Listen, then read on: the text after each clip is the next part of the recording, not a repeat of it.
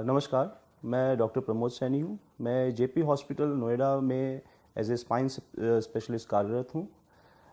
मैं और by training orthopaedic surgeon हूँ, लेकिन मैं केवल रीढ़ की हड्डी से संबंधित सारी समस्याओं का, सारी बीमारियों का दवाइयों बिना ऑपरेशन के और ऑपरेशन के द्वारा उनका इलाज करता हूँ। आज मैं आपको स्पाइन सर्जरी से संबंधित जो मिसकंसेप्शंस हैं हमारे समाज में, उसके बारे में बारे में आपको बताना चाहूँगा। हम सब समझते हैं कि स्पाइन सर्जरी बहुत ही ख़तरनाक है और ये हमेशा फेल होती है, लेकिन ऐसा नहीं है। आज की तारीख में टेक्नोलॉजी इतनी एडवांस हो चुकी है कि हमारे पास ऐसा इंस्ट्रूमेंटेशंस हैं, ऐसी मशीनें हैं जो हमको सर्जरी के टाइम पे ही बता देती है कि नस पे कोई ज़ोर पड़ रहा है या नहीं पड़ रहा है। हमारा इंस्ट्रूमेंट्स, स्क्रूज़, रॉड्स पहले के मुकाबले काफ़ी बेहतर हैं, वो इतने स्ट्रॉन्ग हैं कि सर्जरी के अगले दिन से ही मरीज़ खड़ा हो सकता है, चल सकता है, बैठ सकता है।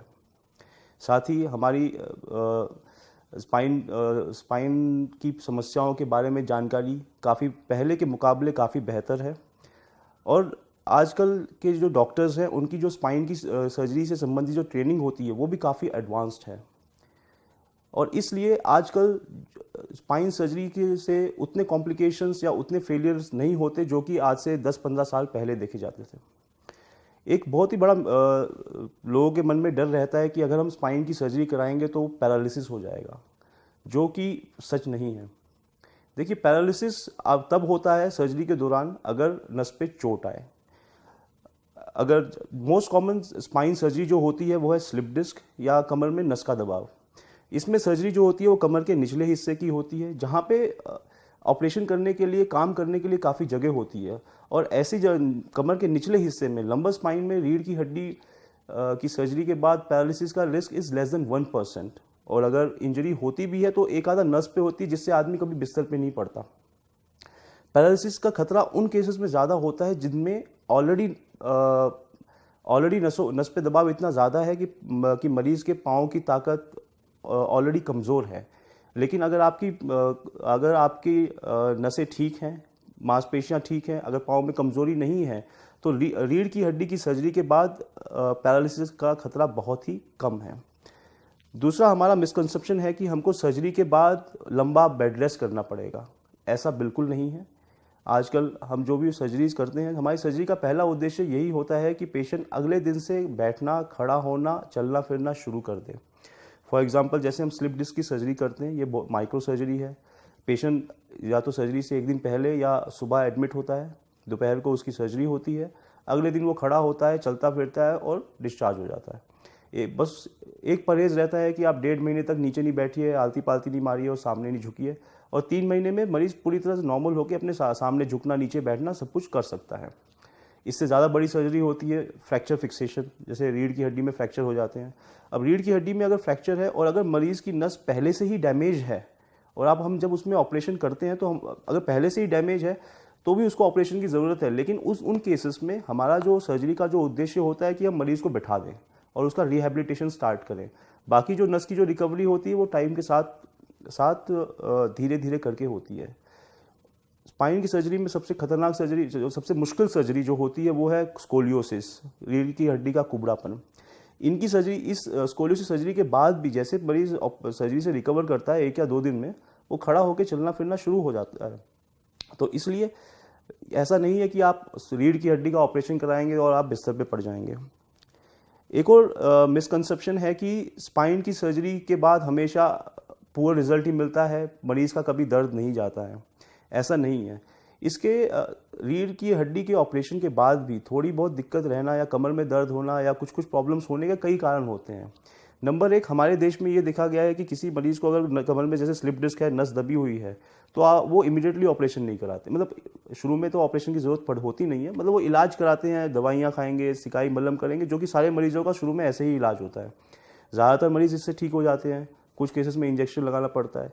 केवल 4 या 5% ऐसे मरीज़ होते हैं जिनको ऑपरेशन की ज़रूरत पड़ती है। लेकिन होता क्या है कि जब मरीज़ दवाइयाँ खा चुका है, फिजियोथेरेपी कर चुका है, एक्सरसाइज कर चुका है, ये होने के बाद भी 5-6 महीने हो चुके हैं, जब उसको आराम नहीं मिल रहा है और जहाँ पे उसको सर्जरी फ़ायदा कर सकती है, ऐसे में ज़्यादातर मरीज़ क्या करते हैं, वो सर्जरी कराते नहीं हैं। वो वेट करते हैं, वो इधर यहाँ कुछ कर लेंगे, कुछ देसी इलाज कर लेंगे, या फिर दवाइयाँ पेन किलर्स खाते रहेंगे और काम चलने देते हैं। और जब वो बिस्तर पे पड़ जाते हैं फिर वो हमारे पास आते हैं कि आप ऑपरेशन कर दो। देखिए, रीढ़ की हड्डी की जो स्पाइनल कॉर्ड की जो नसें होती हैं वो एक लिमिट तक दबाव झेल सकती हैं। जब उन पे लंबा दबाव जब उन पे ये जब नस लंबे समय के लिए दबी रहती है तो उसके अंदर कुछ इरिवर्सिबल चेंजेस आ जाते हैं।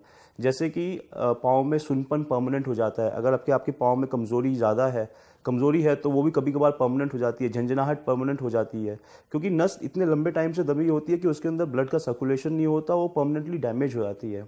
ऐसे केसेस में भी हम सर्जरी करते हैं, लेकिन सर्जरी का जो उद्देश्य होता है वो पेन को हटाना होता है। और बाकी जो चीज़ें हैं वो अगर आप जितना इसको आप लेट करते जाएंगे तो उनके रिकवरी के चांसेस भी कम हो जाते हैं। एक हमारा जो मिसकंसेप्शन है वो ये है कि रीढ़ की हड्डी की सर्जरी के बाद जो रिजल्ट्स होते हैं वो हमेशा पुअर होते हैं और पेशेंट को कभी भी पूरा आराम आता नहीं है। देखिए, इसका कारण ये नहीं है कि रीढ़ की हड्डी की जो सर्जरी है वो सर्जरी फेल हो गई। इसका कारण ये होता है कि कमर में नस इतने लंबे टाइम से दबी होती है कि उसके अंदर कुछ इरिवर्सिबल चेंजेस आ जाते हैं जो सर्जरी के बाद भी वापस ठीक नहीं हो सकते। जब नस लंबे टाइम के लिए दबी होती है तो उसके अंदर ब्लड का सर्कुलेशन नहीं होता और फाइब्रोसिस हो जाता है। इस फाइब्रोसिस के कारण कई मरीजों में ऐसा देखा गया है कि अगर वो सर्जरी को अगर उनको ऑपरेशन की आवश्यकता है और अगर वो 3-4 साल लेट कर देते हैं तो आप ये देखा जाता है कि दर्द तो कम हो जाता है, लेकिन जो सुनपन है, झंझनाहट है और जो कमज़ोरी है वो बरकरार रहती है। इसका कारण यही है कि नस लंबे टाइम से दबी रही, उसके अंदर ब्लड सर्कुलेशन नहीं हुआ और वो फाइब्रोसिस जो होता है वो उसकी रिकवरी को रोकता है।